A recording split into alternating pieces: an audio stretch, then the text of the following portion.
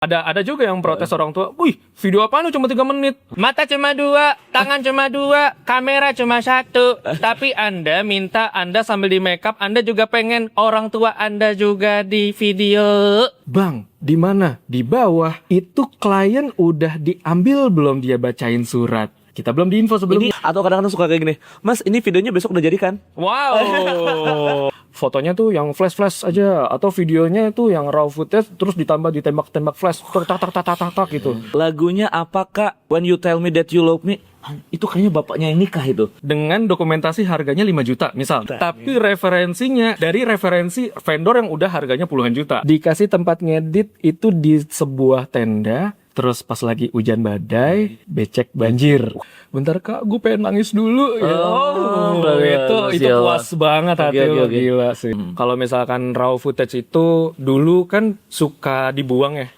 Sorry, suka dulu sering dibuang. Jadi ini video begini dia, atau enggak begini lah. Iya gini kan. Iya, terus bener-bener di center mukanya. Sampai ke dekat-dekat. Wedding Podcast.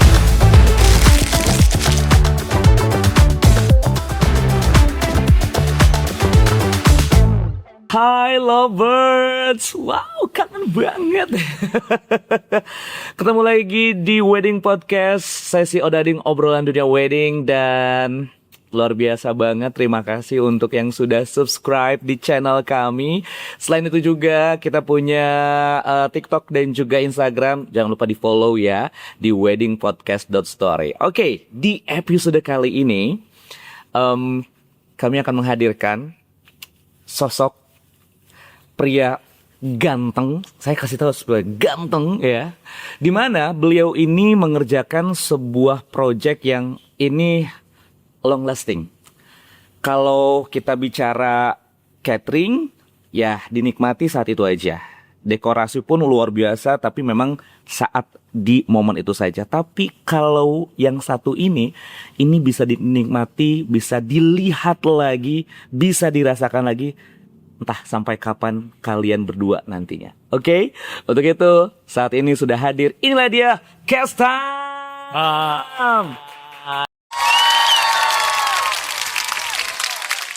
Hai. Kestam des. Kok jadi bahasa Jepang? Sorry. Kestam des nggak? Hai. Hai Kestam. Hai Mas Abo. Apa kabar? Baik, Sir. Kok jadi saya yang nanya kabar? Nggak apa-apa. By the way, Lovebirds ya, ini ada Kesam kita hadirkan buat Lovebirds yang memang mungkin sekarang lagi ada di momen, aduh gue bingung ini cari vendor video yang memang ini tuh harusnya gue banget. Karena baik lagi Kesam, yang tadi gue spill di awal, kalau misalnya kita bicara sebuah acara pernikahan, kalau makanan catering bukannya nggak bagus ya. Kalau catering kan memang dinikmati saat itu aja kan. Betul nggak? Betul. Dekorasi juga yang emang mahal banget itu memang dinikmati secara visual ya memang saat itu aja. Di hari aja. Tapi kalau dia nih Lovebirds, kebayangkan itu video lu bisa simpen sampai lu punya anak. Dari anak lu punya cucu, mau lihat nggak papa nikah kayak gimana dulu? Betul kan? Betul. Nah, sekarang gue pengen gue pengen dapat insight dari lu. Gue pengen dapat POV dari lu. Semisal nih, sekarang ada Lovebirds yang pokoknya gue tuh pengen video yang sinematik Mas Kestam. Aduh. Nah, sekarang menurut lu sendiri sinematik itu seperti apa? Pertama, kalau buat gue pribadi seorang awam ini, yang gue tahu sinematik kan, kayak film bukan, gitu kan? Nah, menurut lu sendiri boleh nggak dijelaskan sinematik itu seperti apa sih? Tren video sinematik itu mungkin untuk menggantikan akhirnya ya dari yang dulu itu wedding. Videonya trennya adalah video panjang pakai camcorder besar. Terus isi videonya adalah 1,5 jam, 1,5 jam itu isinya prosesi dan salam-salaman akhirnya. Sama orang makan biasanya. Betul. Nah akhirnya mungkin di satu titik ada kejenuhan, mungkin di situ adalah mungkin nggak tahu siapa pencetusnya menciptakan tren cinematic wedding yang akhirnya kalau misalkan gue memaknai ya, cinematic wedding itu atau cinematic video itu akhirnya mengacu kepada ada sebuah alur cerita. Oh, Ya, ada alur cerita, berarti ada storytellingnya yang benar. dikasih di situ ya. Jadi ada storytelling dalam videonya, musik, terus pencahayaan, Betul. lalu kemudian pengambilan gambar, beauty shot, scene dan lain sebagainya, itu membentuk suatu emosi yang akhirnya emosi itu bisa membentuk suatu cerita yang akhirnya membentuk suatu emosi kembali gitu ya, menimbulkan emosi ketika si penontonnya itu menonton video itu. Jadi memang, Gitu. tapi bener ya. Kalau Lovebirds tadi ngedengerin penjelasan dari Castam, ternyata memang nggak semudah itu buat kita making video dalam sebuah acara pernikahan. Bukan kayak lu sekedar kayak ini handphone, ayo seperti ini. Nggak kayak gitu. By the way, untuk lu ngasih yang tadi apa yang lu kasih, baik dari storytelling lu ngasih feel itu di dalam sebuah acara pernikahan ini, itu tuh perlu jam terbang kah?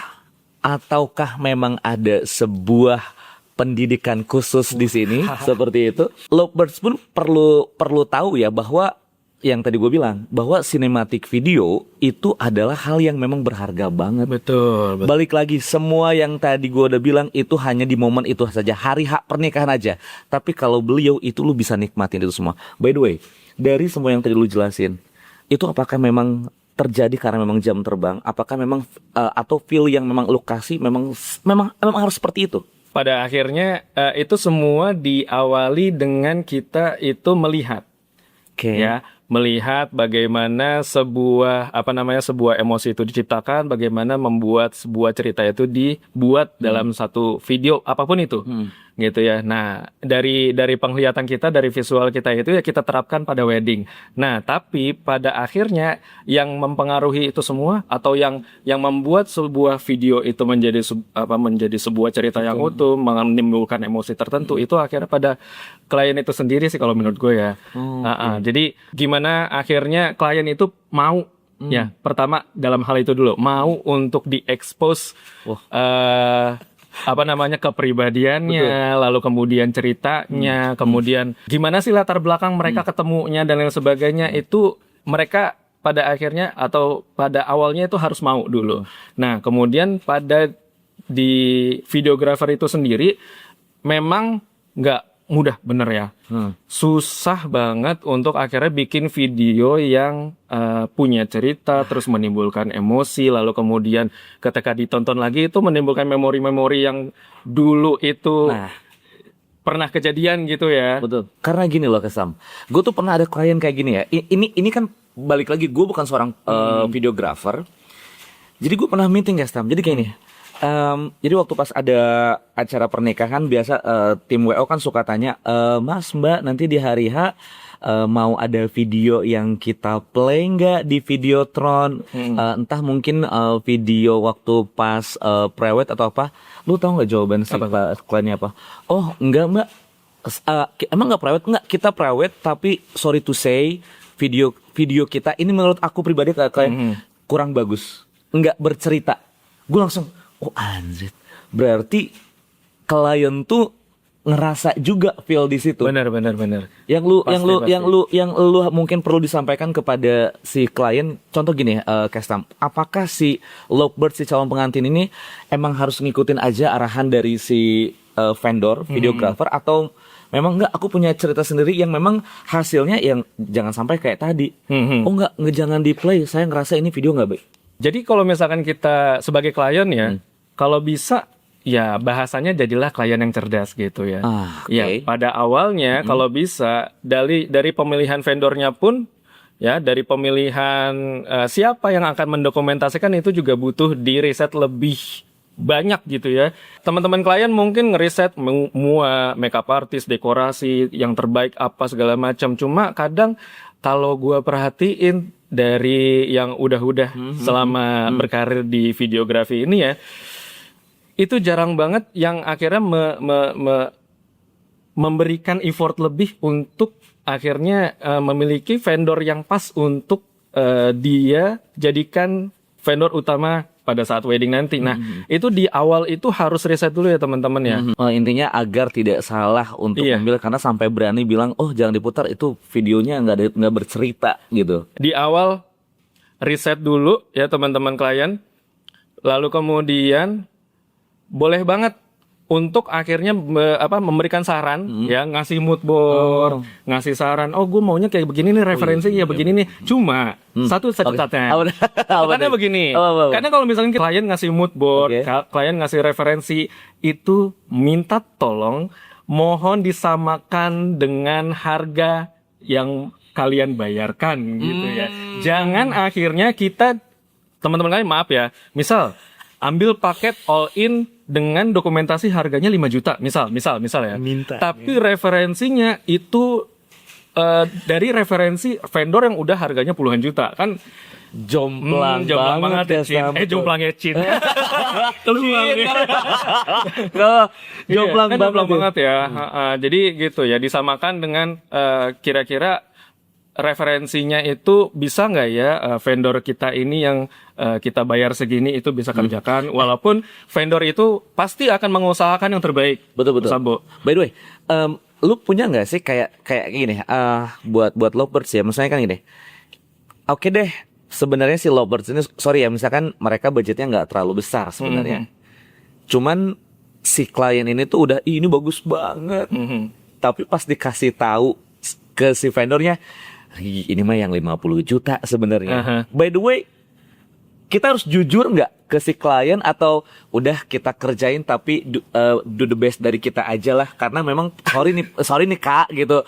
Ini kita kan paketan yang misalkan yang 10 yang 20 juta.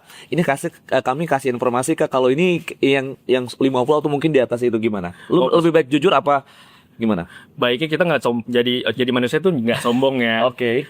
Kalau memang kita masih di levelan yang misal di 10 atau 20, ketika klien minta yang referensi 50 juta atau referensinya misal ke videographer atau wedding vendor dokumentasi yang ada di Filipina yang bagus-bagus itu kan, Caldera segala macam.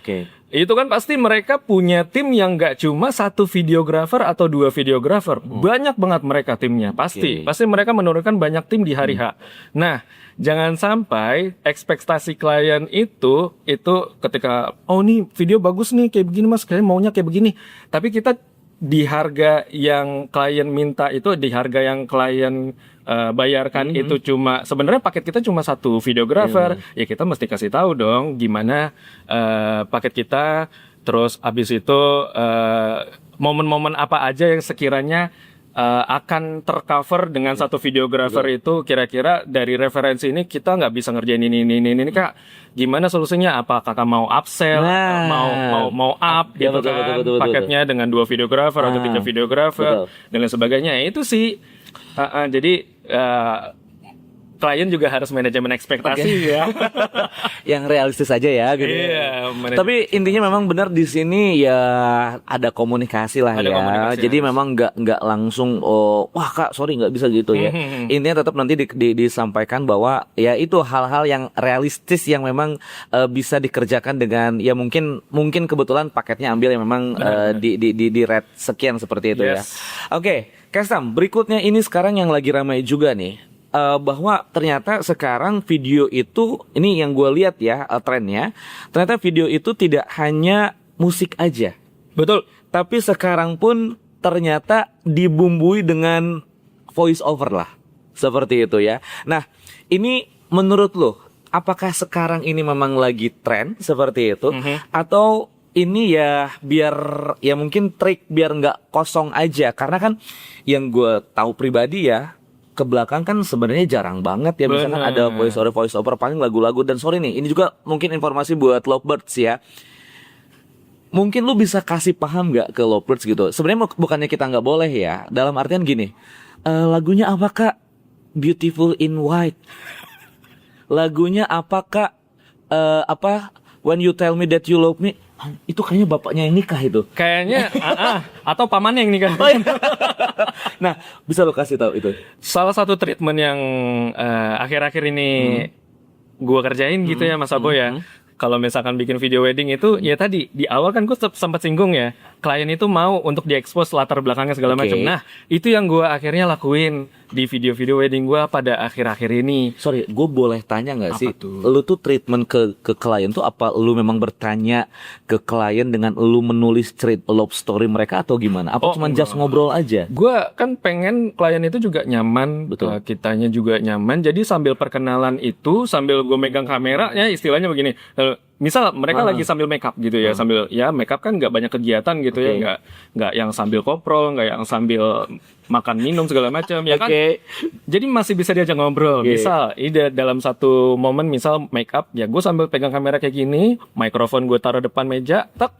Akhirnya gue sambil ngajak ngobrol dia, Kak gimana sih waktu itu dulu ketemunya segala macam. Oke. Nah, terus kenapa kakak pilih dia sebagai bla bla bla segala macam. Serius Nah aja? iya, maksudnya Oke. itu juga nantinya bisa jadi bahan di video gue supaya ya tadi ya videonya nggak kosong. Yang pertama, yang kedua supaya video itu ada storynya. Mereka pas nonton juga, oh gue kemarin inget nih dulu si laki gue deketin gue gara-gara ini segala macam. Nah itu kan jadi memori-memori yang akhirnya pas ditonton kembali itu timbul lagi betul, gitu betul, loh. betul, Nah betul. itu jadi salah satu treatment gue. Nah masalah lagu ya. Ya sebagai videografer, sebagai videografer profesional kita Oke. harus bersikap profesional Oke, dong. Yang namanya profesional artinya kan kita juga ya mau nggak mau mengikuti adanya kemauan klien. Oke. Pada saat gue pribadi gitu ya, pada saat kalau gue pribadi itu ada klien yang minta musiknya yang katakanlah udah di tahun 2010 lalu itu ngetren, mungkin sekarang udah agak turun Iya. gitu ya. Artinya common mungkin ya. Common music itu mereka minta, ya gue tetap kerjain itu. Oh. Gue tetap kerjain. Cuma gue kasih notes, Kak, mungkin bisa di teaser kita otak-atiknya gitu ya, dengan lagu yang berbeda atau segala macam, atau lagu yang menurut kita lebih bagus dengan momennya lebih cocok gitu ya. Karena kan kalau misalkan lagu Beautiful in White, terus apa kemarin Thousand Years, 1000 years. itu kayaknya pada saat gua ngerjain video wedding tahun 2019 itu banyak banget ya. Tapi masa 2026 masih mau dipakai lagi sih gitu loh. Maksudnya nggak salah. Nggak salah sih, sebenarnya Nggak nggak salah, ya. cuman kok rasa-rasanya udah cukup lama gitu. Iya. Kayak seakan-akan tahun ini tuh nggak ada lagu yang memang khusus buat perweddingan gitu ya. Benar kan banyak lagu-lagu bagus. Sekarang tuh paling yang rame apa sih? Yang Oh, oke. lagu apa sih yang ini apa Bruno Mars tuh yang mana tuh? Recital gitu ya. Itu paling. Nah, itu bisa dipakai. Ya mungkin bisa menggantikan Thousand Years yang tidak salah, tapi kayaknya udah cukup berumur untuk dipakai untuk video wedding zaman sekarang gitu. Tapi kalau dalam satu momen meeting, lu ada keharusan nggak untuk menyampaikan hal ini? Pasti, Misalkan pasti. nih, kan secara namanya juga klien kan secara nggak langsung, Mas ini nih nanti kan biasanya videografer nanti kita akan masukkan lagu dan gitu kan ya, masukin lagu untuk di videonya. Terus umumnya kan memang biasanya videografer suka bertanya kepada si klien, Kak nanti lagunya mau apa? Andai kata si customer, si klien bilangnya kayak gitu, lu menyampaikan apa terima-terima aja? Yang pasti menyampaikan dulu ya, kita berusaha untuk menjaga idealitas kita ya. Kita berusaha untuk menjaga idealisme kita. Kalau misalkan video kita tuh style udah kayak begini, Oke. ya baiknya mungkin gua kasih opsi dari video-video yang udah pernah gue bikin. Ini Kak, kayak gini nih Kak, musik-musiknya mungkin lebih asik kayak begini, segala macam. Tapi kalau misalkan tetap kekeh, ya udah kita tetap kerjain gitu ya. oke. Nah, dengan nantinya ketika ini klien udah bagus, maksudnya kayak dekorasi bagus, tempat bagus, biasanya akan gue edit ulang.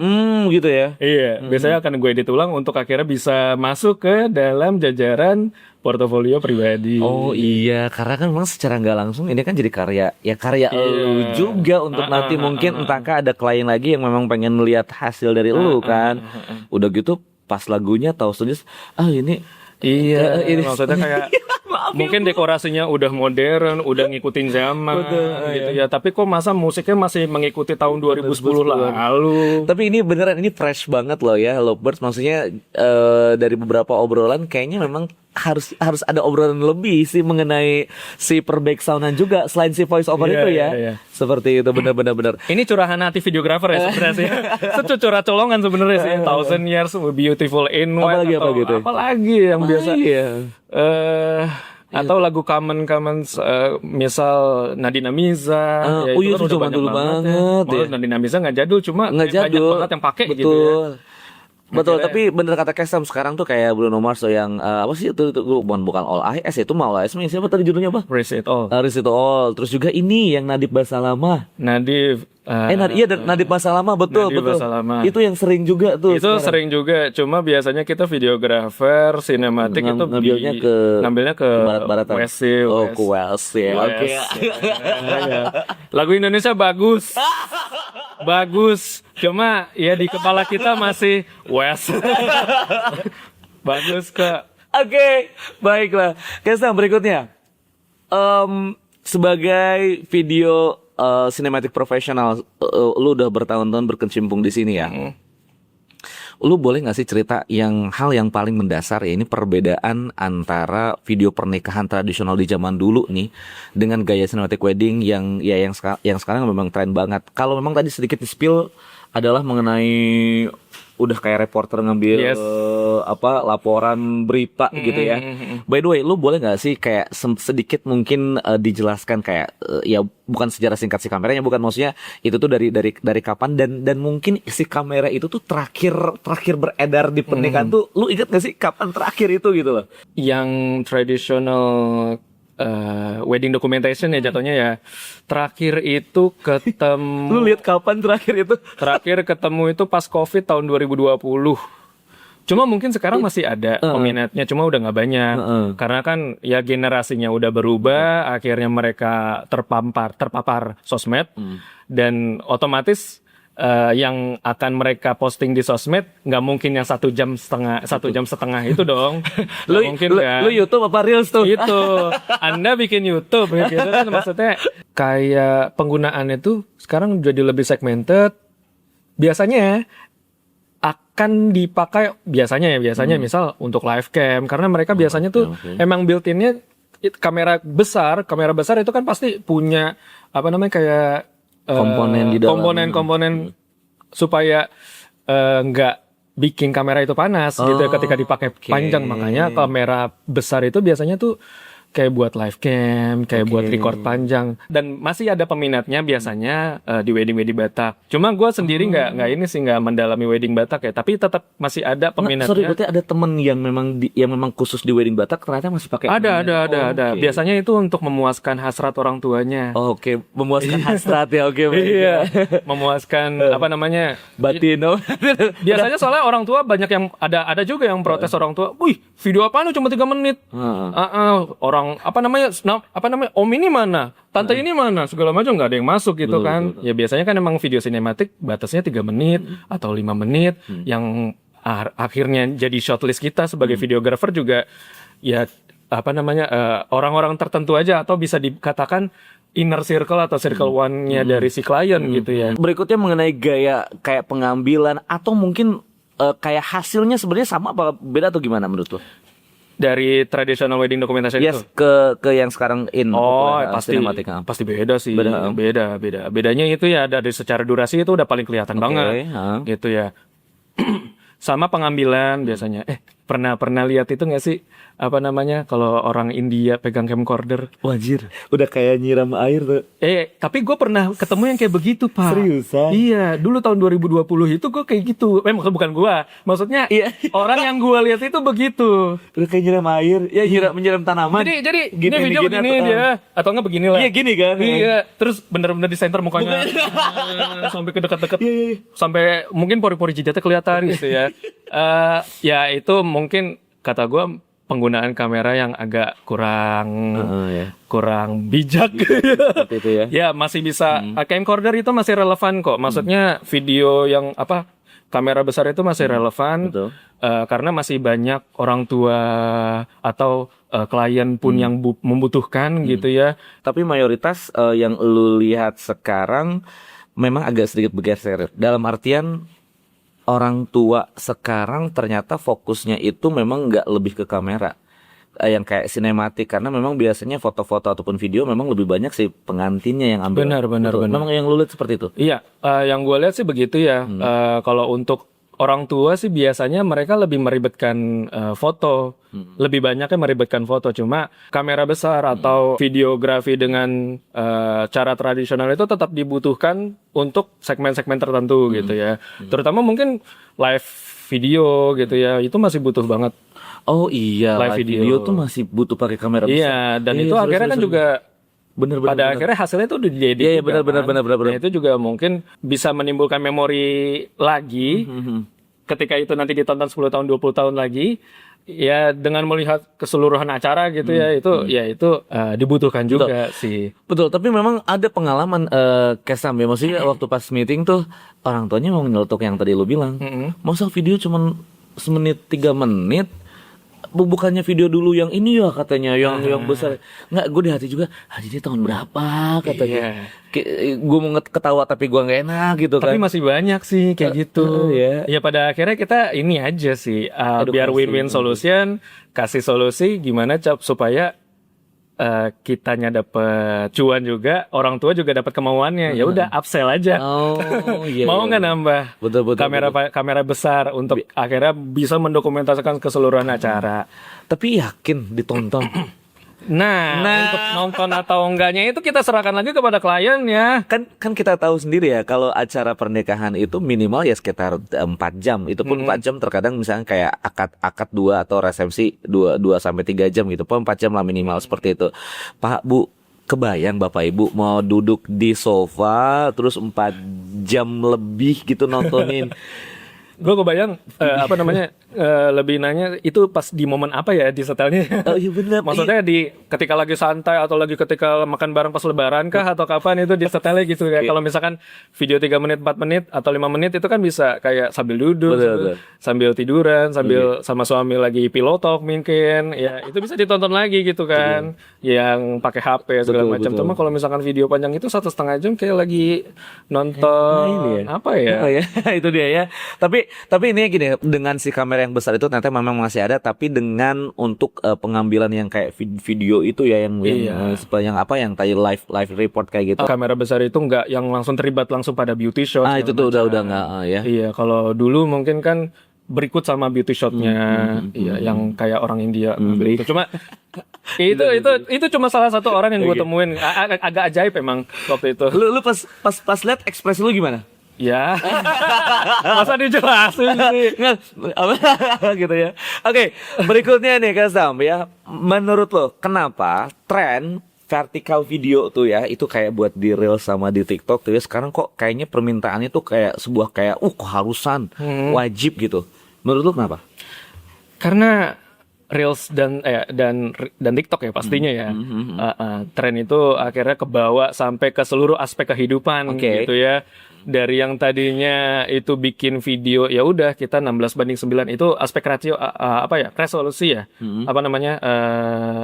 Ya intinya itu ya. Iya, 16:9. Terus akhirnya sekarang karena ada TikTok sama Reels jadi bergeser, akhirnya meminta untuk diadain juga tuh 9:16. Atau mungkin bukan klien yang minta tapi kitanya emang yang kepengen memenuhi gitu ya kebutuhan sosial media dari si klien. Kan akhirnya pada saat klien memposting itu di sosial medianya terus itu bagus secara framing portraitnya, ya nama kita juga yang keangkat gitu kan. Betul. Itu sih emang tren itu akhirnya dibawa sama TikTok sama Reels karena mereka kan sekarang HP ya dipegangnya begini kan, jarang orang megang HP-nya begini kecuali kita hidup pada zaman Engage. HP Nokia itu lo tahu nggak sih? Betul, tahu banget lah. Tapi memang ini sepertinya untuk video dengan bentuk seperti ini memang akan pokoknya selama TikTok sama Reels masih ada, cukup relevan sih. Kayaknya sih ya. Dan akan terus kayak begitu. Berikutnya nih Kasal, di mana ini kan juga lagi tren nih, di mana gaya documentary style dengan raw footage yang terkesan candid lah. Jadi memang kayak si pengantinnya lagi ngobrol atau mungkin kayak si pengantin ceweknya kayak ngelapin, itu kamu ada nasinya gitu gitu. Itu yang memang terlihat lebih jujur gitu ya. Nah ini gimana cara lu untuk menyeimbangkan antara sisi estetik dari sebuah video dan juga yang tadi kayak ya dalam arti kejujuran dalam arti yang itu kayak misalkan lagi ngelapin keringat atau lagi tiba-tiba terus tanpa disuruh tapi kita saling senyum-senyum. Itu gimana menurut lo untuk menyeimbangkan itu semua? Emang lagi tren banget ya. Kalau misalkan raw footage itu dulu kan suka dibuang ya. Sorry, suka dulu sering dibuang. Dulu maksudnya Yang kayak nggak jelas-jelas malah itu dibuang. Iya, dulu. Ya zaman-zaman gue baru pertama kali berkecimpung di videografi wedding itu tahun 2019 mungkin sampai 2021 mungkin ya. Itu kayak apa namanya, kita itu video yang dibilang bagus sama yang disepakati oleh klien itu dibilang bagus adalah video yang beauty shotnya juga bagus. Itu mungkin ya kalau menurut gue ya, menurut keyakinan saya pada saat waktu itu gitu ya. Panji lagi nih. Biar gak salah nih. Biar gak salah ngomong. Iya, itu yang beauty shotnya bagus. Atau yang momen-momen rapihnya itu banyak gitu ya. Maksudnya momennya rapih gitu ya. Yang shoot-shootnya rapi. Tapi kalau sekarang itu semakin generasinya itu berubah. Sekarang kan generasi Z ya. Maksudnya Gen Z sekarang yang udah pada yang lagi umur-umur nikah ya. Nikah 97-an. Umur nikah. Nah, mereka itu lebih apa ya? Lebih, kalau bisa dibilang mereka tuh lebih jujur ya. Bukan dalam wedding videografi aja, tapi dalam segala aspek kehidupan mereka. Mereka jujur banget. Gitu kan? Maksudnya kalau misalkan mereka punya pendapat apa itu langsung dikemukakan kan gitu, langsung diomongin segala macam tanpa ada rasa segan, rasa sungkan segala macam gitu. Nah, itu mungkin salah satu menurut keyakinan saya itu salah satu alasan kenapa akhirnya video wedding itu juga berubah trennya. Jadi lebih banyak raw footage yang bahkan sekarang itu jadi kayak semacam PR lebih sih buat videografer, Mas. Dalam artian begini, kalau dulu kita ngevideo itu ya di momen-momen tertentu aja. Betul. Yang kita udah tahu, momen ini kita mesti shoot kayak begini nih. Betul. Momen ini kita mesti shoot begini. Nah, kalau sekarang itu udah nggak bisa, udah nggak relevan lagi. Segala aspek segala pergerakan klien itu sekarang kita udah harus mantau, segala pergerakan mama papahnya kita harus pantau. Orang nangis segala macam kita harus pantau, walaupun dulu juga ya. Tapi kita sekarang jadi harus lebih awas matanya supaya kita bisa menemukan yang menarik di antara momen-momen itu. Betul. Nah, apa namanya? Gimana supaya menyeimbangkan? Ya pastinya kita tetap butuh beauty shot. Supaya kita bisa membangun istilahnya membangun emosinya dulu ya, membangun emosi sama membangun visual gitu ya. Membangun visual, membangun emosi itu bisa dari situ. Dan apa namanya, jangan lupa juga kita menggali ya, menggali. Kalau dari gue pribadi ya, treatment menggali kliennya dulu itu yang seperti di awal tadi gue bilang, ceritanya bagaimana, ketemu segala macam, atau sama teman-temannya juga kita take juga gimana sih mereka kalau misalkan lagi di tongkrong pacarannya kayak gimana segala macam. Nah itu juga termasuk dalam penyeimbang supaya raw footage itu nggak cuma yang kayak kumpulan footage berantakan gitu aja, tapi tetap ada alur ceritanya, dan akhirnya di tengah-tengah gimana proses ijab qabul, akad nikah, dan kemudian diakhiri sama mungkin beauty shot lagi dan sebagainya. Itu sebuah ini sih emang udah jadi tren sekarang sih, footage sekarang udah makin berantakan tapi dibilang klien itu makin bagus. Gila kan? Jadi emang makin jujur itu makin bagus menurut mereka. Menurut mereka ya. Menurut mereka. Padahal itu adalah hal yang mungkin dulu tuh dibuang padahal. Dulu itu dibuang. Sekarang malah jadi memang hal yang memang diinginkan seperti itu ya.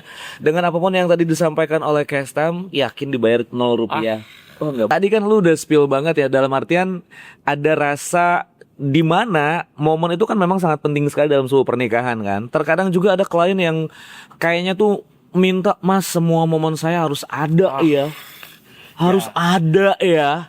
Kadang ya si klien cuman pengennya itu harus ada, tapi si klien karena mungkin ketidaktahuan lovebirds ya, ketidaktahuan dari calon pengantin, bahwa kalau memang momennya pengen semua dapat banyak, berarti harus ada something dari si vendor. By the way, kasih edukasi silakan.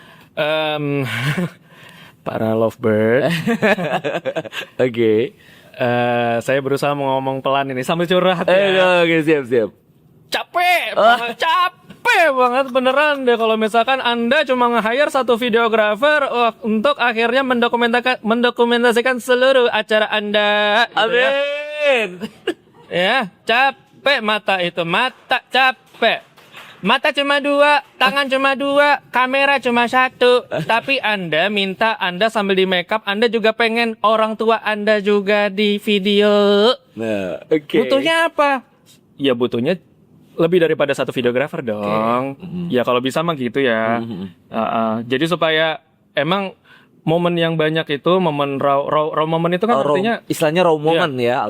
Raw moment itu kan momen-momen yang kita tanpa direct mereka natural aja gitu ya. Natural aja berjalan natural, berjalan sesuai bagaimana hari itu mereka seharusnya emosinya bagaimana segala macam. Nah, itu kita tangkap gitu ya. Dan kalau misalkan kita cuma menggunakan atau meng-hire satu fotografer, satu videografer gitu ya, dan akhirnya itu menjadi keterbatasan pada saat kita mengambil momen di mana momen di ruangan sebelah, gue pernah cong kan. Oke. Gue pernah. Jadi baru banget kemarin. Kliennya kebetulan British. Oh, British. Cuma bukan itu poinnya. Apa ya? Jadi kita pun ini udah 2 videografer ya. Oke. Kita ini udah jalan 2 videografer. Satu videografer itu di bride. Oke. Satu videografer di grooms. Gua. Nah, grooms udah selesai segala macam preparation, lalu kemudian dia nge-shoot sama orang tua udah selesai. Lalu kemudian kita ke bawah dong. Gua pribadi ke bawah untuk ngambil dekorasi segala macam. Tiba-tiba dapat telepon dari owner vendor. Oke. Bang, di mana? Di bawah. Itu klien udah diambil belum dia bacain surat? Kita belum diinfo sebelumnya. Ini yang groom apa yang bride-nya? Groomsnya. Groom dong kan, lu kan di bride kan? Enggak, gue di grooms. Oh, lu di groom. Gue di grooms. Nah, teman gue yang satu lagi tuh di bride. Di bride. Nah, ditelepon sama teman gue yang di bride itu, "Bang, lu udah ngambil grooms itu baca surat belum?" Lah, belum. Emang ada. Karena belum kita nggak sama sekali nggak diinfo sama organizernya, ada surat atau apa sama kliennya, mungkin kliennya juga ngikut aja gitu ya. Tapi memang klien itu surat itu emang dibuat sama si bride-nya. Jadi bride-nya emang punya segudang kreativitas ya. Dan segudang ekspektasi untuk video dan foto wedding pada saat itu. Nah, posisi gue udah di bawah. Lu naik lagi ke atas. Iya, nggak bisa dong, acara udah mau mulai. Oke, terus lanjut. Nah, hal-hal kayak gitu itu bisa diminimalisir dengan gimana sih lovebirds? Oh iya. Iya kan? Nah, nggak bisa dong. Itu aja udah 2 videografer itu masih kurang loh. Good. 2 videografer masih kurang. Sedangkan kalau misalkan emang momennya yang mau diambil banyak, lalu kemudian momen-momen juga. Iya, momennya banyak. Jadi memang bukan si pengantinnya, keluarga, teman dan lain-lain kan? Iya, artinya yang mau diambil banyak ya boleh mungkin. Jadi satu solusi di mana boleh kalian menambah manpower gitu ya. Enggak itulah balik lagi hal kayak gitu, nambah manpower itu akan jadi sebuah privilege kalian nantinya ya. Karena video itu kan akan lebih banyak momen yang terambil, lebih banyak memori yang terambil, otomatis trigger kalian nanti pada saat menonton, ini dulu gue nikah kayak begini segala macam, itu akan bisa lebih banyak lagi kalian lihat dan kalian ingat kembali pada saat nanti ketika videonya ditonton. Gitu. Jadi ini sekarang udah jelas banget ya lovebirds.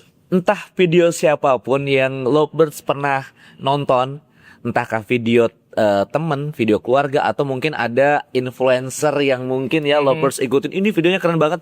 Percaya itu tidak satu kamera. Percaya tidak satu kamera itu ya. Sebuah keniscayaan ya. Jadi ya mohon dibantu aja ya. Intinya kalau memang lovebirds ingin momen-momen cukup banyak bisa diambil dan dijadikan kepada satu cerita yang memang sangat baik di dalam video pernikahan lovebirds, ya berarti memang harus penambahan. Iya, apalagi kalau misalkan acara pagi misal ya, kita cuma disediakan waktu kayak cuma 15 menit atau setengah jam. Dengan kita kepengennya tuh dapat matahari pagi gitu kan, lagi cantik-cantiknya gitu kan. Untuk pagi-pagi itu beauty shot gitu ya, pas lagi cantik-cantiknya selesai makeup. Gak mau kan kita beauty shot itu pada saat matahari udah terik gitu ya. terus mungkin make upnya udah luntur gara-gara nangis segala macam. Betul. Nah, solusinya apa? Mungkin bisa nambah manpower itu tadi karena pada akhirnya misal kita bisa menempatkan satu videographer atau satu fotografer itu untuk beauty shot.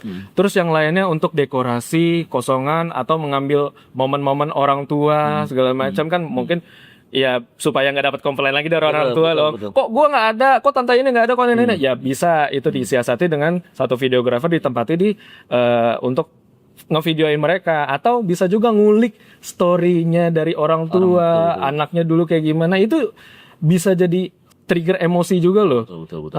Kadang kalau misalkan waktunya banyak, nih ngomongin weddingnya waktunya banyak nih ya, Betul. bukan wedding yang sempit banget, terus jam 7 udah harus mulai, ya kita mau ngambil momen tuh kapan subuh, kan masih gelap ya, gitu nggak mungkin kan, gitu. Oke. Nggak mungkin, ya. Kalau waktunya banyak itu gue biasa ngambil emosi dari orang tuanya juga. Maksudnya kayak, Bu, kebayang nggak hari ini anaknya udah mau nikah loh, ya kan? Terus dulu kayak gimana sih dia segala macam. Terus kemudian langsung tuh biasanya kan ada lah ibu-ibu yang akhirnya ke bawah tuh emosinya. Emosional kan. Ya kan itu Saya melahirkan dia di dalam angkot, Mas, gitu. Saya melahirkan dia di dalam bak mandi, Mas, dulu, Mas, gitu. Oke, Sekarang udah gede, udah bisa nikahin orang. Itu maksudnya kayak gitu. Maksudnya kayak ceritanya kayak gitu ya, misal. Nah, itu kan bisa menambah emosi ya. Itu jadi bisa menambah trigger emosi ketika ditonton gitu. Loh, by the way, tapi dengan cara lu kayak gini sebenarnya semua videografer nerapin cara lu nggak sih untuk kayak banyak ya? Banyak karena ya itu ketika ya videografer ya otomatis kan kita melihat ya, saling lihat satu sama lain. Referensi di Instagram, di TikTok itu banyak banget bertebaran. Akhirnya kita ngelihat video ini, ngelihat video itu. Akhirnya mungkin ada yang saling terinspirasi, itu biasa lah. Cuma pada akhirnya yang dimenangkan klien gitu kan. Karena mungkin dari inspirasi yang akhirnya kita sadur ke dalam karya kita, ya klien juga jadinya makin puas, klien jadi dapat video yang bagus, klien jadi dapat ya kalau untuk treatment tadi ya udah banyak. Udah banyak. Betul ya. Jadi fix nih ya Lovebirds, intinya kalau memang kalian ingin minta yang lebih di video kalian nanti di acara pernikahan kalian, ya udah terus dikasih tahu tuh ya. Jadi jangan pernah nyuruh gitu ataupun meminta sesuatu yang ternyata paketannya cuma satu foto dan satu video. Udah deh, kasihan tuh. Gue percaya tuh kayaknya setelah selesai event masuk rumah sakit. Ya, setelah 2 hari satu videografer ngurusin, mungkin ada yang shift 1, shift 2, besoknya tipes mungkin ya. Atau kadang-kadang suka kayak gini, Mas, ini videonya besok udah jadi kan? Wow. Lu kira pada saat gue sebagai owner vendor, iya, ada kliennya kayak begitu. Ada. Kebanyakan ya minta foto sih. Cuma kan foto tetap ada prosesnya ya. Dong. Harus diedit lagi, harus di-retouch lagi, mungkin ada klien yang minta dikurusin sedikit, misalnya kayak gitu. Ada lah. Oke, sekarang ngomongin klien minta dikurusin sedikit nih, Kestam. Secara lu sebagai seorang videografer dan ini memang korelasinya adalah kepada sebuah cerita yang nanti lu hadirkan dalam sebuah video tersebut. Ternyata lu dapat klien yang sebenarnya itu orangnya tuh nggak wise, dalam artian kaku lah, introvert lah, seperti itu, di nggak bisa yang berakting. Dan gue bukan artis, Mas, Kestam, gitu kan. Nah, lu tips dari lu nih biar mereka itu bisa diarahin dengan baik, biar mereka tuh bisa senatural mungkin, yang tentunya hasil di videonya juga bagus. Gimana menurut lu? Se-introvertnya videografer itu harus jadi badut emangnya. Waduh.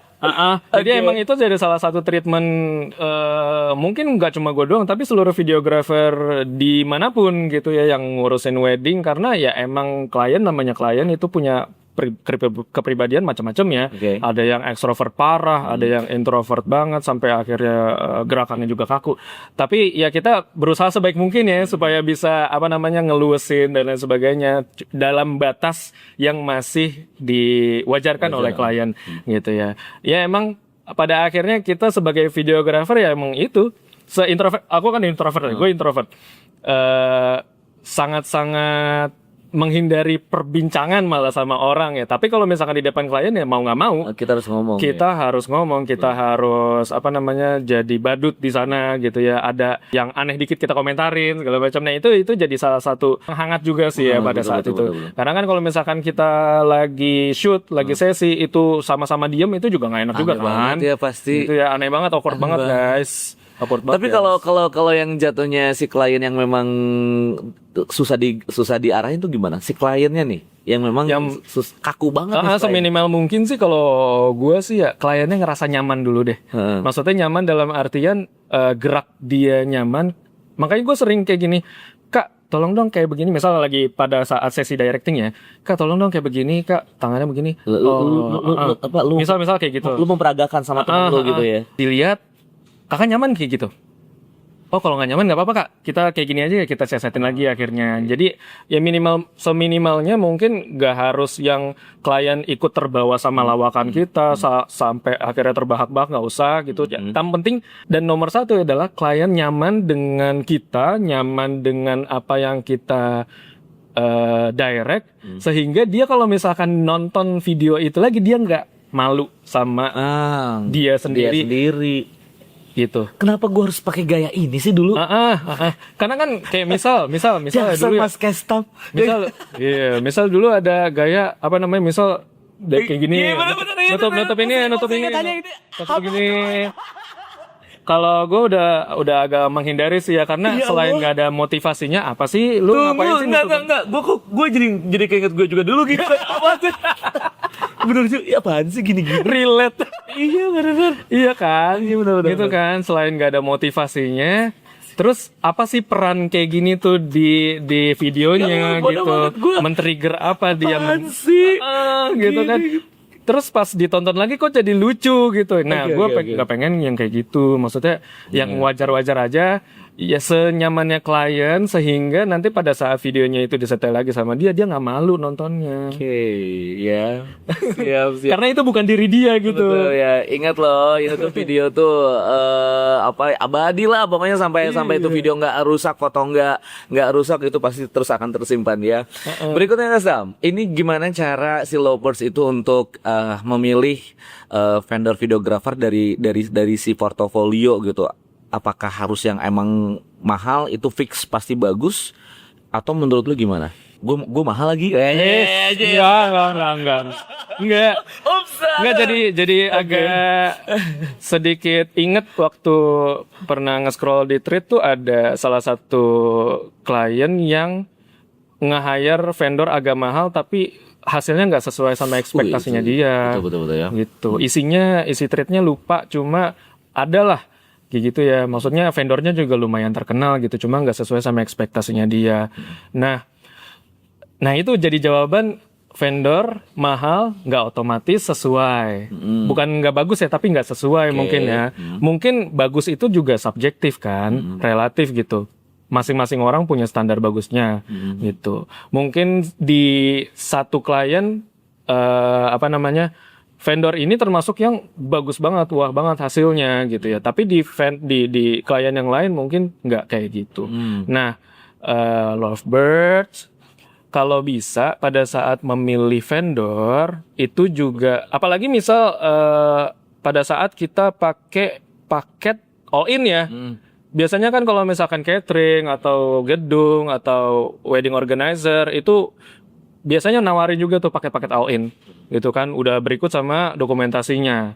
Nah, dokumentasi kalau misalkan memang menurut Lovebirds kalian itu nggak sesuai sama apa yang kalian pengenin secara style, secara gaya directing, warna dan lain sebagainya, tone warna dan lain sebagainya, boleh dikomunikasiin aja gitu ya. Kita mau yang kayak begini nih, mungkin bisa dikomunikasiin ke wedding organizer-nya atau segala macam. Kita mau yang kayak begini nih, tone-nya bisa nggak cariin, atau kalian juga bisa cari sendiri ya. Maksudnya jangan sampai momen sekali seumur hidup ya. Betul. Ya, momen sekali seumur hidup terus kemudian nggak bisa diulang lagi. Itu kalian salah pilih vendor, karena pada akhirnya yang bisa dikenang dari pernikahan kalian itu cuma dokumentasi yang kalian diterima. Itu kan. Itu makanya risetnya juga harus dalam. Nah, jangan sampai juga para lovebirds itu milih vendor itu kan, vendor itu mungkin ada beberapa karakter ya, ada karakter-karakter tertentu yang mereka pengen tampilin gitu, dan biasanya jelas di Instagram mereka, di etalase mereka itu jelas biasanya mereka itu jualan dengan style apa.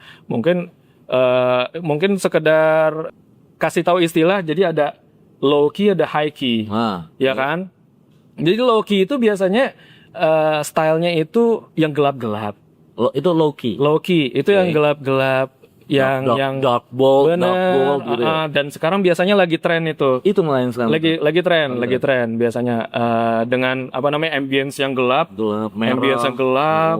Jangan merah juga sih. Ntar jadi simulasi neraka nggak sih? Benar juga itu ya. Iya, ambience-nya gelap, terus kemudian mereka di spot atau ditembak lampu gitu ya. Untuk ke mereka doang itu biasanya stylenya low key itu kayak gitu.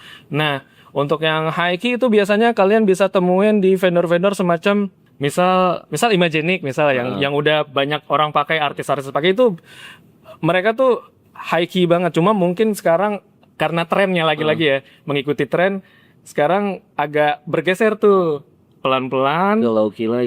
Bukan ke low key lagi, tapi mempelajari low key.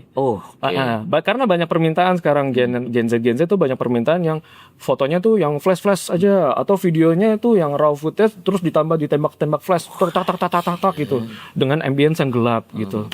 Nah, itu banyak yang kayak gitu. Nah, lovebirds, kalian boleh riset dari itu dulu. Sebenarnya kita maunya videonya yang atau fotonya atau videonya itu yang kayak gimana stylenya gitu, karena kan pasti vendor itu memampang ya di etalasenya ya.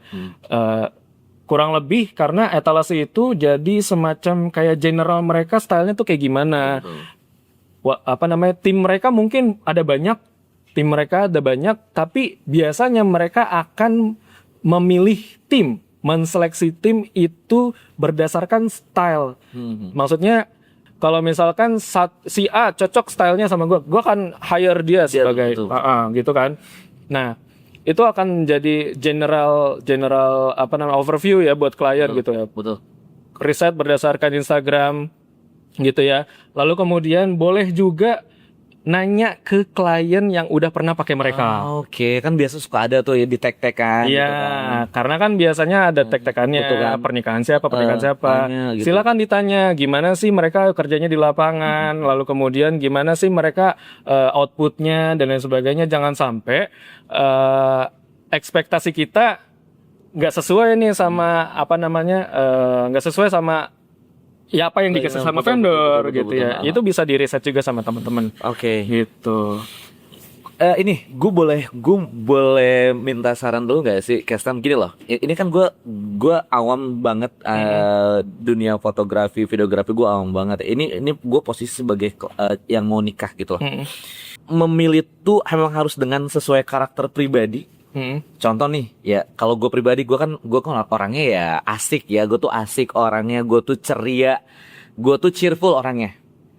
Dengan gue memilih vendor, apakah harus dengan sesuai pribadi gue? Pertama, kedua, apakah gue cukup dengan melihat hasil dari si videonya, video dari si vendor aja? Apakah itu sudah cukup untuk kayak memilih semua yang memang lu pinginkan dalam acara nanti pernikahan lu? Mungkin untuk orang yang ekspektasinya standar-standar aja, ya. Untuk orang yang ekspektasinya standar-standar aja, mungkin ya fine-fine aja gitu dengan ngelihat Instagram, ngelihat videonya, kemudian ini nih kayak gini aja suka nih, dah. Tapi kalau misalkan Anda sangat selektif gitu ya, Anda sangat mengenal diri Anda dan Anda sangat ingin mengekspos diri Anda di video wedding itu sebagaimana diri Anda biasanya, gitu ya, dan ekspektasinya agak tinggi, standarnya agak tinggi dan lain sebagainya, itu boleh dikonfirmasi ke ke vendornya itu, bisa nggak membuat seperti ini dan lain sebagainya. Dan kalau misalkan ingin membuat seperti ini, gimana konsekuensinya, apa saya harus apa saya ditambah upsell videographer, nambah videographer atau apa, itu kayak gitu. Maksudnya itu bisa dikonfirm, dan sebagai vendor pun itu nanti juga akan menyesuaikan sih biasanya dari segi timnya yang akan diturunkan, itu yang akan kayak gimana gitu. Tim yang ini akan diturunkan ke klien yang ini karena klien ini punya catatan ini. Nah, itu boleh dikomunikasikan juga gitu. Maksudnya dari klien itu boleh dikomunikasikan juga supaya vendor itu bisa juga menyesuaikan kliennya gitu. Ya, jadi memang ternyata baik lagi ya dalam sebuah proyekan video yang mungkin teman-teman lihat itu tuh ternyata ya videographer pun untuk meng-hire tim pun ternyata memang menyesuaikan dengan karakter ya gitu. Maksudnya nggak serta-merta lu ikut hari ini sama gue ya. Kita ngambil video ini ternyata nggak juga ya. Ya, lagi-lagi kayak misal kliennya tuh agak ceriwis gitu ya, agak ceriwis. Mungkin bisa disesuaikan dengan videografer atau fotografer yang juga bisa mengimbangi gitu dong. Maksudnya biar seru, terus jadi momennya juga seru, videonya seru dan lain sebagainya. Jadi ya itu kan juga akan berdampak kepada hasil betul, semuanya. makanya jadi nggak kebayang kalau lu dapat klien yang serius ternyata tim lu tuh diem semua, malah diajak bercanda sama si kliennya. Iya, kan jadi nggak asik kan, jadi momennya juga nggak dapet gitu. Oke. Gitu guys. Wow ya, lovebirds, semoga ya dengan ini kita baru setengah perjalanan. Wow. Ya, ini banyak sekali yang diambil oleh lovebirds ya untuk tentunya ini bisa menjadi apa ya checklist lovebirds lah, bahwa memang tidak dibilang mudah enggak, dibilang susah juga sebenarnya enggak ya. Memang ini memang harus benar-benar research lagi lah, agar yang tadi gue sampein, Kastam sampein, jangan sampai ini video itu malah pas kalian tonton, gue malu deh. Enggak deh, nggak usah, udah disimpan aja deh. Jangan sampai sayang banget ya. Sayang banget. Momen sekali seumur hidup masa disimpan sih. Betul ya. Oke, berikutnya nih, Kastam. Oke.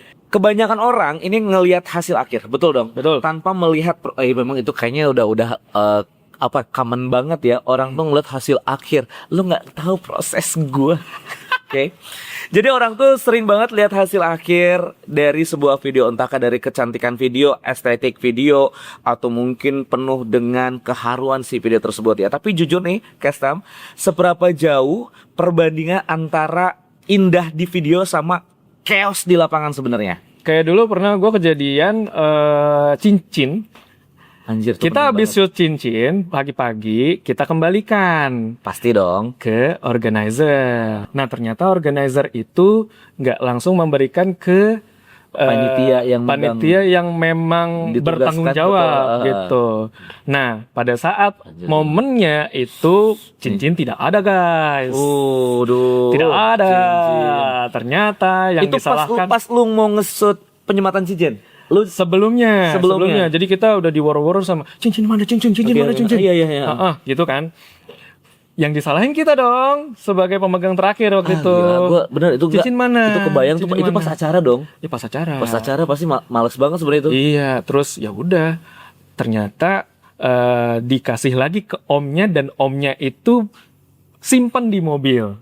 Baru ketahuan akhirnya ya kayak gitu. Jadi ya untungnya masih terselamatkan momen yang seharusnya itu pasang cincin ya itu masih terselamatkan. Maksudnya lu pas mau ngambil penyematan cincin kan? Iya, pas mau pengambilan cincin, cuma emang dicari ini sebelum itu. Iya, sebelum itu maksudnya. Ya jadi kan dalam artian kayak waktu lagi kan. Nah, ini juga mungkin untuk pesan untuk videografer sendiri ya. Kalau untuk cincin, wah ini cincin kan krusial banget. Krusial ya kan, wedding lah lu. Wedding. Tanpa cincin ya bukan wedding. Masa pakai karet doang gitu kan, maksudnya gitu. Nah, betul. Anda jangan ngide gitu ya. Anda jangan ngide cincinnya dilempar-lempar gitu ya. Kemudian dijatuh-jatuhin, karena saya punya pengalaman. Coba. Patah. Mata berliannya jatuh. By the way, ini nonton gak lu klien lu? Gak tahu. Tapi semoga beliau juga tahu. Beliau juga tahu, kita kasih tahu mata berliannya jatuh nih, tapi kita pasang lagi. Untungnya masih bisa. Ya biasa estetik gitu kan. Iya. Tapi waktu itu sebenarnya nggak yang kita lempar-lempar atau nggak yang kita jatuh-jatuh. Ya mungkin kebetulan namanya produksi barang kan kadang-kadang ada dari sekian banyak. Ya mungkin itu nggak ini kan. Nah, yang nggak digitu-gituin aja punya resiko yang bikin jantungan ya, gitu. Makanya nggak usah lah kita ngide-ngide. Yang sewajarnya aja guys, gitu. Nah, chaos yang biasa waktu itu. Chaos berikutnya, gue mau ngomongin mengenai SDE, Someday Edit.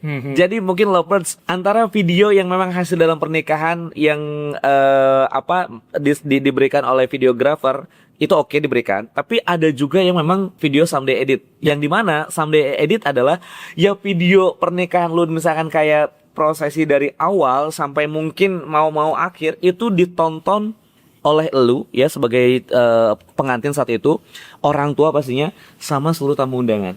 By the way, ini pressure elu sebagai videographer ngebuat itu seperti apa pertama? Kedua, apakah ada perbedaan antara si video Someday Edit dengan video yang memang pernikahan yang memang nanti dikasih ke si klien? Atau memang sebenarnya sama aja? Jawab yang terakhir dulu ya. Oh, boleh, oke. Oke. Kalau kayak UN itu kayaknya lebih gampang ya.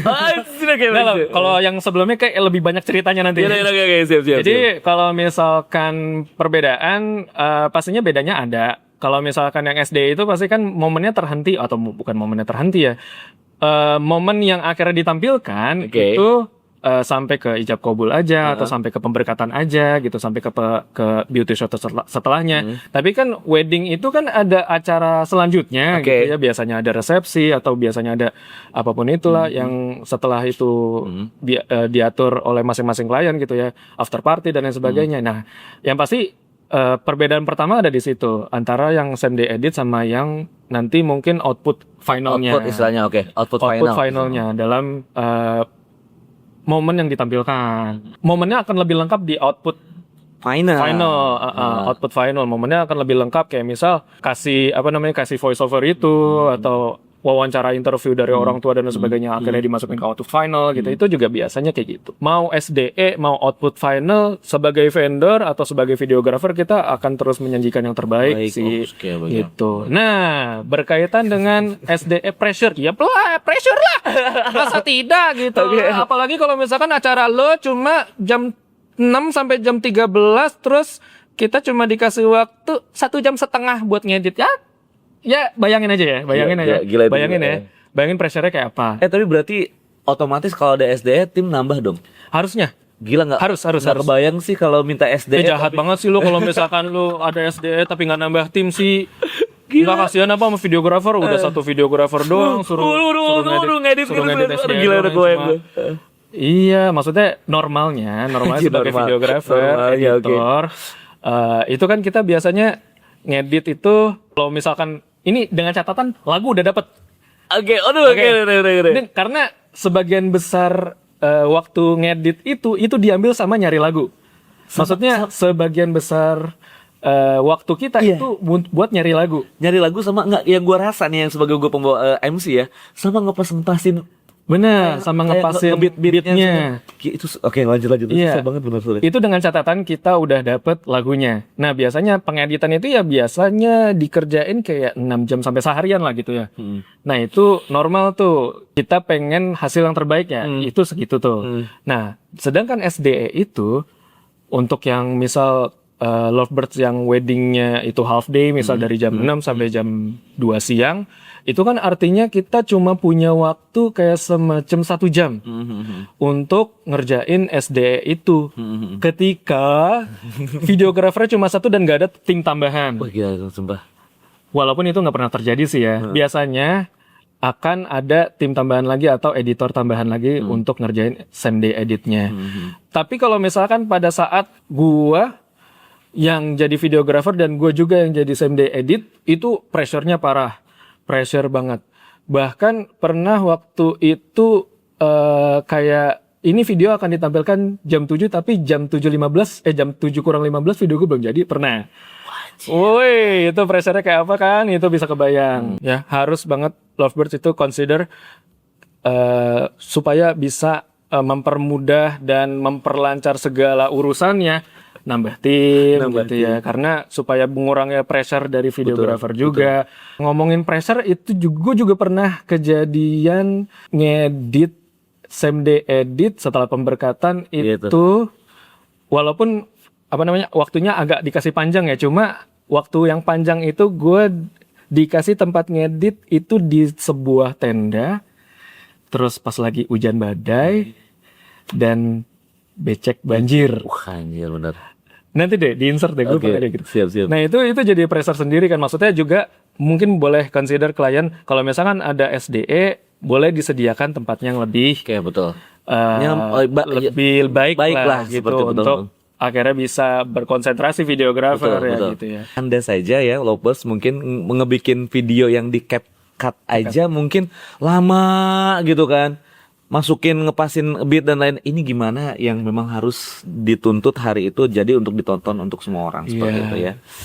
Anda mengharapkan pada saat Same Day Edit itu diputar, semua keluarga, semua tamu itu undangan.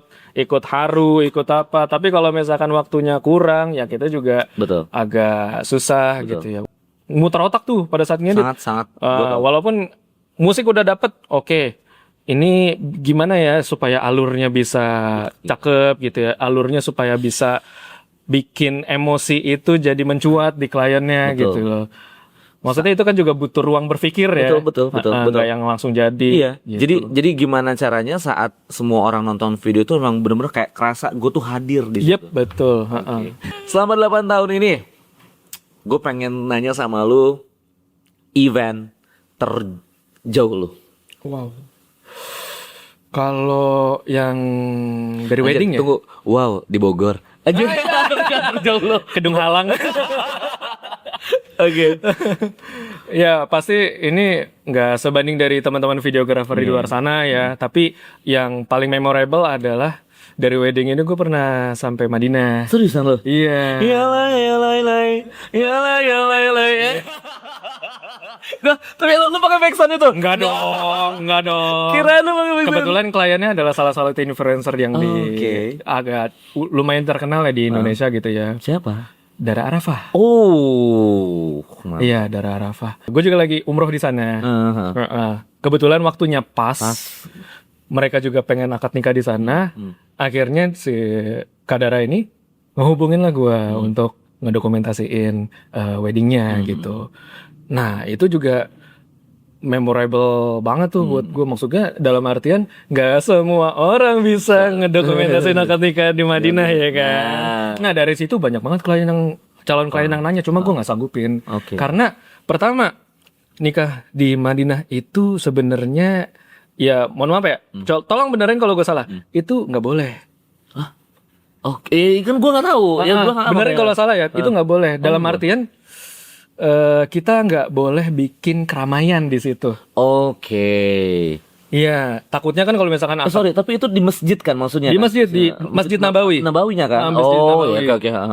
Masjid Nabawi. Itu lumayan pressure juga karena kan kita ngeluarin kamera, ngeluarin HP yang bisa aja di waktu kapanpun kita ditangkap sama askar di situ. Betul. Karena kan nggak boleh ya untuk videografi yang berlebihan, apalagi sampai menimbulkan keramaian tertentu gitu. Itu tapi sangat berkesan banget gitu ya. Sangat berkesan banget apalagi ketika udah deliver videonya, gue tanya tanggapannya si Dara gitu ya. Gimana videonya, aman nggak? Gitu. Bentar kak, gue pengen nangis dulu. Itu puas banget hati lo, gila. Paling emang dalam diri gue pribadi ya, karena emang tahu peraturan situ itu nggak boleh. Nanya sama teman-teman videografer di sana juga pada nggak berani untuk ngambil akad nikah di sana karena sangat resiko pak. Resiko. Jadi ketika ada yang ketahuan atau apapun itu bentuk akad nikah terus ada kamera dan sebagainya, itu semuanya bisa disuruh hapus di hari itu juga. Lebih parah lagi bisa masuk penjara di hari itu. Oke. Nah itu sangat resiko gitu ya. Tapi saudara bisa sih? Kelancaran dari Allah Subhanahu wa taala. Semuanya milik Allah ya guys ya. Ya. Akad nikah di Madinah itu milik Allah gitu. Allah yang ngatur semuanya dan alhamdulillah Kadara bisa lancar hari itu ya. Oke, good. Iya ya. Pinjam quotes-nya Aldi Taher. Oke, luar biasa nih. Ya, alhamdulillah sih. Oke, ini udah luar biasa banget ya apa yang lu sampaikan, pengalaman lu, insight lu. VOP lu sebagai seorang videografer, dan juga ya gue berharap sekali buat Lovebirds banyak sekali yang memang kamu ambil gitu ya, bahwa balik lagi sebuah video yang kamu lihat yang hanya durasi 1 menit itu, yang hanya mungkin kamu melihat durasi 3 menit itu, percayalah itu adalah sebuah hasil yang tidak mudah. Banyak sekali orang-orang di belakang itu untuk membuat itu semua seperti itu ya. By the way, closing statement silahkan. Video, ide, kreativitas itu selalu ada nilainya gitu ya. Jadi jangan sampai sebagai Lovebirds yang merencanakan pernikahan gitu ya, mengesampingkan. Wah, ini yang sering kejadian soalnya. Mengesampingkan dokumentasi wedding kalian, karena tadi udah sempat disinggung, apapun yang terjadi di hari pernikahan kalian, makeup bagus, dekorasi bagus, modern, terus mahal, punya vendor ternama, catering enak, orang tua bahagia dan lain sebagainya, itu cuma terjadi di hari itu aja. Tapi yang bisa bikin memori itu timbul kembali, itu adalah dokumentasi wedding kalian. Jadi, kalau boleh berpesan sama Lovebirds ya, kalau boleh, riset yang dalam terkait dengan video dokumentasi, apapun itu, ya maksudnya dari tone warna, stylenya, kemudian bagaimana treatment mereka pada saat bekerja, mungkin bisa di riset ke klien-klien yang udah pernah pakai mereka, nggak usah malu ya. Kalau misalkan dijawab, alhamdulillah. Kalau nggak dijawab, ya boleh kalian WA atau DM klien yang lainnya gitu ya, nggak usah malu ya. Ini kan demi memperlancar, demi bagusnya video dokumentasi kalian, demi memori kalian yang akan ditangkap di hari bahagia kalian. Jadi jangan setengah-setengah risetnya, riset yang dalam, karena itu aja yang bisa kalian kenang nantinya 10 tahun, 20 tahun mendatang. Bahkan mungkin ketika kalian udah punya anak, ketika kalian udah punya cucu, itu aja yang bisa ditunjukin ya. Megahnya pernikahan kalian, gimana harunya pernikahan kalian, itu didokumentasikan dalam video atau foto wedding kalian. Jadi riset ya guys ya, riset dan jangan kasih murah. Yeay. Kesam, luar biasa, terima kasih banyak. Sama-sama Mas Siap, Aku. nanti kita ada project-projectan bareng lagi ya. Oke. Lovebirds, itu dia obrolan seru bareng dengan Kestam. Dan kembali tentunya kami berharap apapun yang tadi disampaikan Kestam itu ada manfaatnya buat Lovebirds semua ya.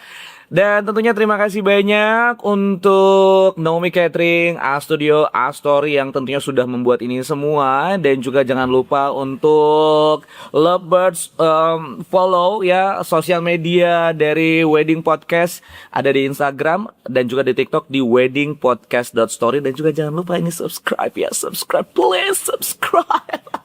Oke, saya Abu Apriata. Sampai berjumpa kembali di Wedding Podcast sesi Odading di episode berikutnya. Terima kasih banyak. Dah.